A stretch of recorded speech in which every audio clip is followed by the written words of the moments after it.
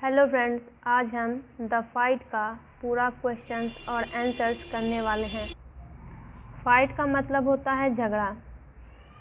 In what way is the forest pool different from the one which Ranji knew in the Rajputana desert. एक ऐसा pool यानी ऐसा ताल या तालाब जिसको कि रंजी जानता था राजपूताना डिजर्ट में, उससे जो फॉरेस्ट पूल था वो काफ़ी अलग था। तो किस प्रकार से था?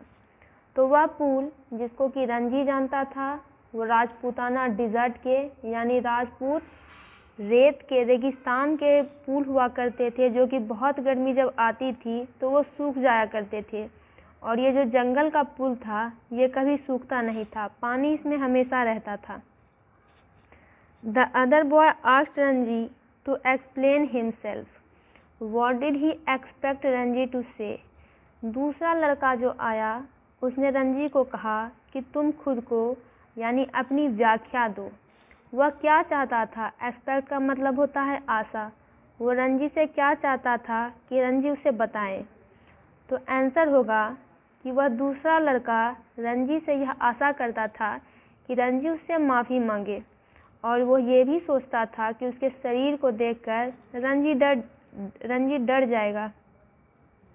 Was he, in your opinion, right or wrong to ask this question? Opinion का मतलब होता है आपके विचार।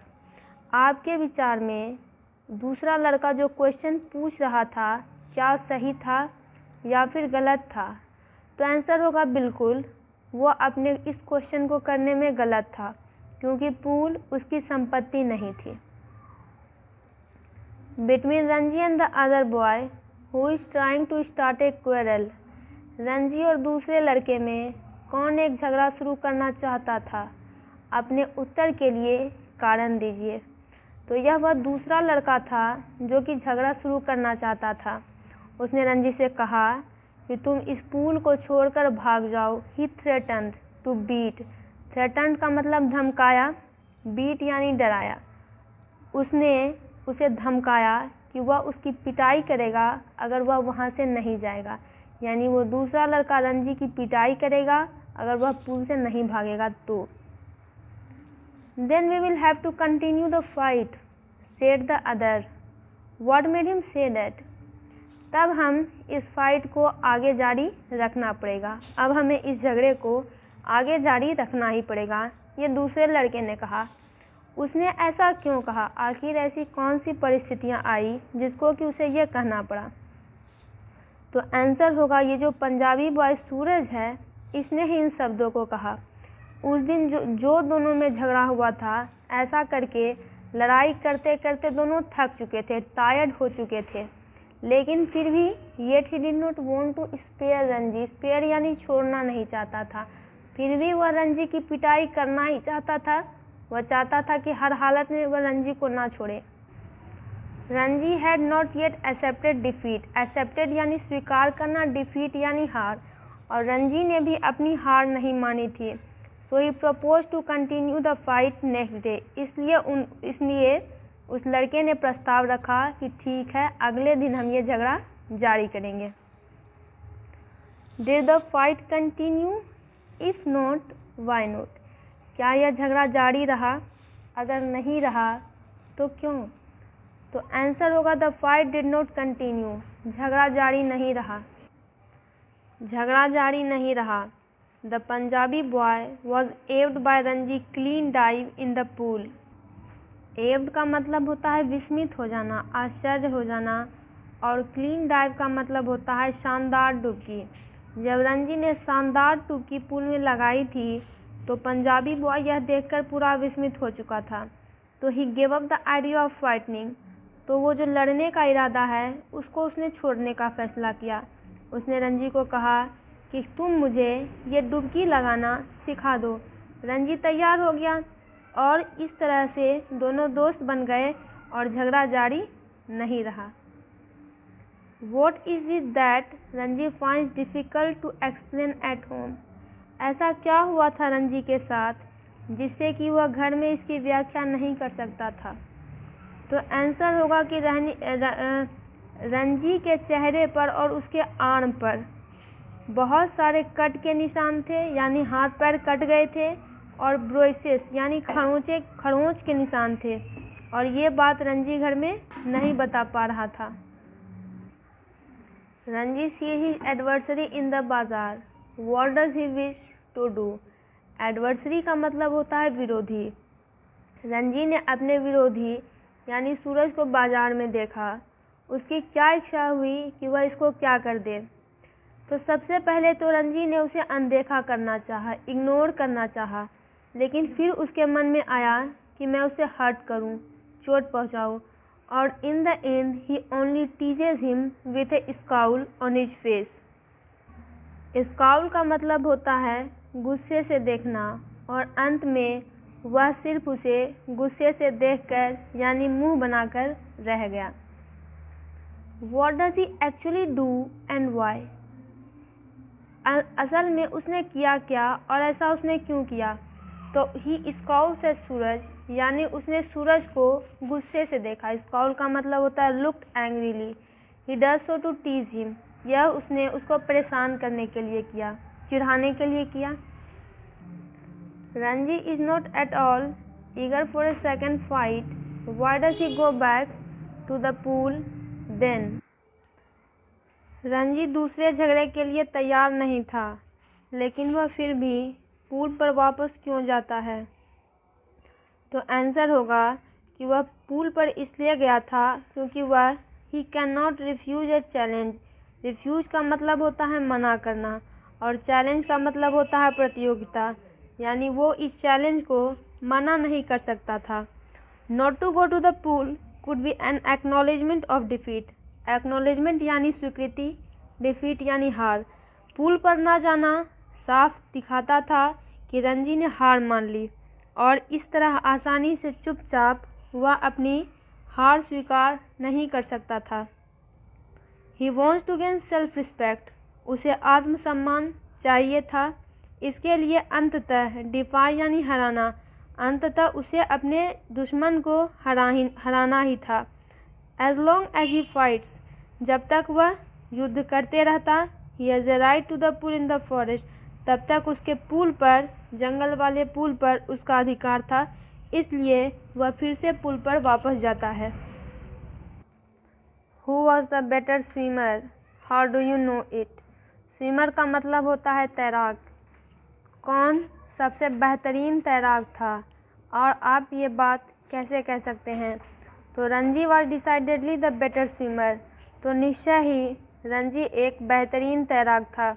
हम ऐसा इसलिए जानते हैं क्योंकि जब सूरज ने उसे तैर कर इधर आने के लिए कहा था तो वह आसानी से इधर आ गया था, और वह बहुत देर तक पानी में डुबकी लगाते रहा था, और उसकी जो डुबकी थी वो बहुत ही शानदार थी, यानी फाइन डाइव थी, क्लीन डाइव थी। What surprise the warrior. Warrior मतलब योद्धा, सरप्राइज यानी आश्चर्य होना। आखिर वॉरियर योद्धा किस चीज़ पर आश्चर्य हो जाता है।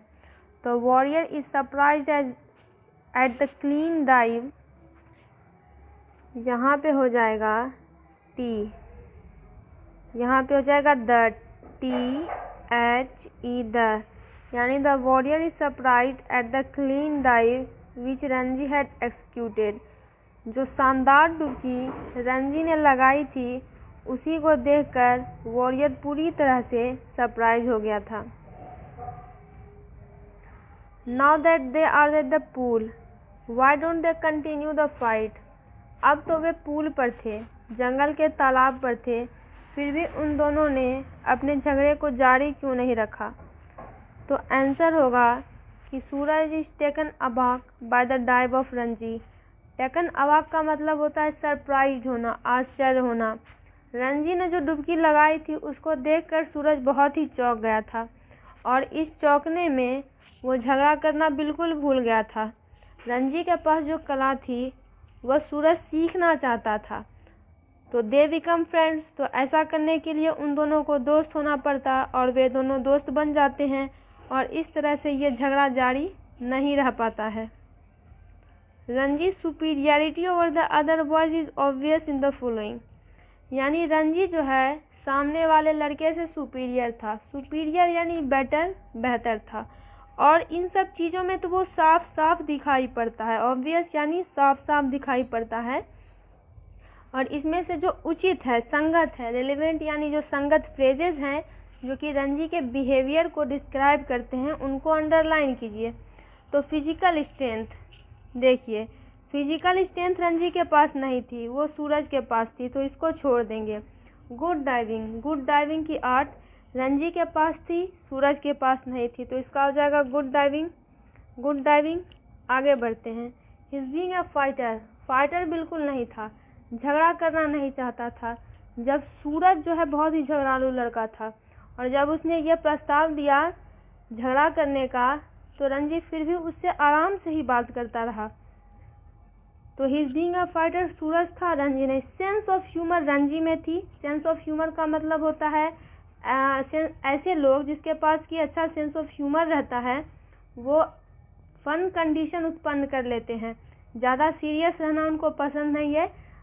जस्ट इन टाइम यानी अक्सर जो है वो मौज मस्ती के बारे में सोचते रहते हैं या फिर ऐसी कंडीशन क्रिएट कर देते हैं। गंभीर रहना उन्हें पसंद नहीं होता, वो रंजी में थी।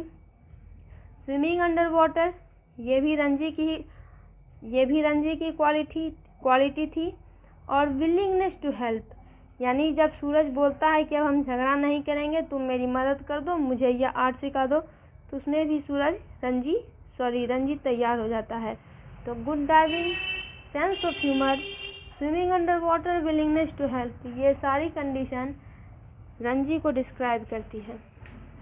What according to you make the two adversaries turn into good friends in a matter of minute, यानी मिनटों में वो दोनों जो है एडवर्सरी का मतलब होता है विरोधी, मिनटों में वे दोनों विरोधी मित्र बन जाते हैं। आखिर ऐसा क्या हो जाता है? Explain it as you have understood it, अगर आपने इस कहानी को समझ लिया है तो आप इसको एक्सप्लेन कीजिए। तो देखिए आंसर होगा कि इसके लिए दो कारण हैं। पहला तो ये है कि ये दोनों लड़ते लड़ते बुरी तरह से थक गए थे। They have come to fight rather unwillingly, unwillingly का मतलब होता है अनिच्छापूर्वक, और वो जो झगड़ा करने के लिए दूसरे दिन आए भी थे, दोनों में से किसी की भी इच्छा नहीं थी कि झगड़ा हो। और रंजी तो खास करके इसलिए झगड़ा करने आया था क्योंकि उसे अपना आत्मसम्मान बचाना था। दूसरा है अक्यूमेन का मतलब होता है कुशलता, कुशाग्रता, और प्रीटेक्स्ट का मतलब होता है बहाना। यानी रंजी की जो तैरने की कुशलता थी वो इस झगड़े के बीच में आ जाती है, वो एक बहाना बनकर आती है कि झगड़ा अब ना हो। सूरज कहता है कि उसने इस झगड़े को ख़त्म कर दिया है क्योंकि वह तैराकी सीखना चाहता है, और दोनों इस बात को लेकर सहमत हो जाते हैं कि सबसे अच्छा निदान यह है कि हम झगड़ा छोड़कर एक दूसरे से कुछ न कुछ सीख लें। Is fighting the only way of resolving difference of opinion, क्या झगड़ा और डिफरेंस का मतलब होता है अंतर, रिजॉल्विंग यानी निदान, ओपिनियन यानी विचार, क्या झगड़ा करना दो विचारों के अंतर को हल करने का सही तरीका है? What else can be done to reach a mutually acceptable settlement, यानी हम एक स्वीकृत सेटलमेंट करने के लिए, स्वीकृत हल निकालने के लिए और कुछ क्या कर सकते हैं? तो आंसर देखिए क्या होगा कि ये जो विचारों के अंदर होते हैं उसको झगड़ा सॉल्व नहीं कर सकता है, झगड़ा करना बेवकूफ़ी है। सिर्फ वो डायलॉग के थ्रू यानी बातचीत के थ्रू ही सॉल्व किए जा सकते हैं। अगर आप बातचीत करना चाहते हैं तो आप एक थर्ड पार्टी की मदद लीजिए, और ये जो थर्ड पार्टी है जो कि आप दोनों की तरफ से बात करेगा, उस थर्ड पार्टी को दोनों पार्टियों के विश्वास प्राप्त होने चाहिए, यानी दोनों तरफ के लोग उसके मानते हों, उसकी बातों को मानते हो, तभी जो है ये झगड़ा सुलझ सकता है। Have you ever been in a serious fight only to realise later it was unnecessary and futile, क्या आप कभी भी ऐसे गंभीर झगड़े में पड़े हैं और आपको बाद में पता चला हो कि ये तो अननेसेसरी था, यानी इसकी ज़रूरत नहीं थी, अनावश्यक था, और फ्यूटाइल यानी व्यर्थ था? तो देखिए बिल्कुल सब लोग ऐसी न कहीं ऐसे झगड़ों में फंस ही जाते हैं, और उनको बाद में पता चलता है कि वो अनावश्यक थी, फ्यूटाइल थी, व्यर्थ थी। ऐसा तब हो जाता है when we stake our prestige, यानी जब हम अपनी प्रतिष्ठा को, प्रेस्टीज यानी प्रतिष्ठा, अपनी प्रतिष्ठा को दांव पर रखते हैं कि अगर हमने अब ऐसा नहीं किया तो हमारी प्रतिष्ठा चली जाएगी। The ego prevents A solution. Ego का मतलब होता है अहंकार, प्रिवेंट का मतलब होता है रोकना, और सॉल्यूशन यानी समाधान। यानी ये जो हमारा अहंकार होता है वही समाधान करने से रोकता है। Why do some of us find it necessary to prove we are better than others? हम लोग में से कुछ ऐसे होते हैं जो यह आवश्यक समझते हैं कि अब हमें दिखाना ही पड़ेगा कि हम दूसरे से बेहतरीन हैं। अगर will you be amused or annoyed to read the following sign at the back of the car in front of you? अगर आप amused का मतलब होता है मजाक उड़ाना, annoyed यानी गुस्सा होना। कभी कभी अगर आप किसी कार के सामने में या कार के पीछे में ये लगा हुआ देखेंगे कि मैं भले ही धीरे धीरे जा रहा हूँ लेकिन मैं फिर भी तुमसे आगे हूँ, आप ऐसे साइन को देखकर क्या कहेंगे? खुश होंगे या फिर गुस्सा करेंगे? तो आंसर होगा it is the inferiority complex which provoke some people to prove their worth. Inferiority का मतलब होता है नीचे, जो कि हीन भावना होती है, तुच्छ भावना होती है। इन्फेरियरिटी कॉम्प्लेक्स मतलब तुच्छ भावना। तो ये तुच्छ भावना होती है जो कि कुछ लोगों को अपनी योग्यता साबित करने के लिए उकसाती है। ऐसे कारण से ही लोग ऐसे साइन को या तो अपने कार पर या फिर कहीं और लगाते हैं। और अगर ऐसी ही कहीं साइन हमको मिलती है किसी बैक ऑफ द कार में तो हम ऐसे साइन को देखकर बिल्कुल भी अम्यूज्ड होंगे। हम उनका एक तरह से आप कह दें तो ये बिल्कुल हास्य की बात है। तो दोस्तों इसका पूरा क्वेश्चन और आंसर कंप्लीट हुआ। वीडियो को लाइक करें, चैनल को सब्सक्राइब करें।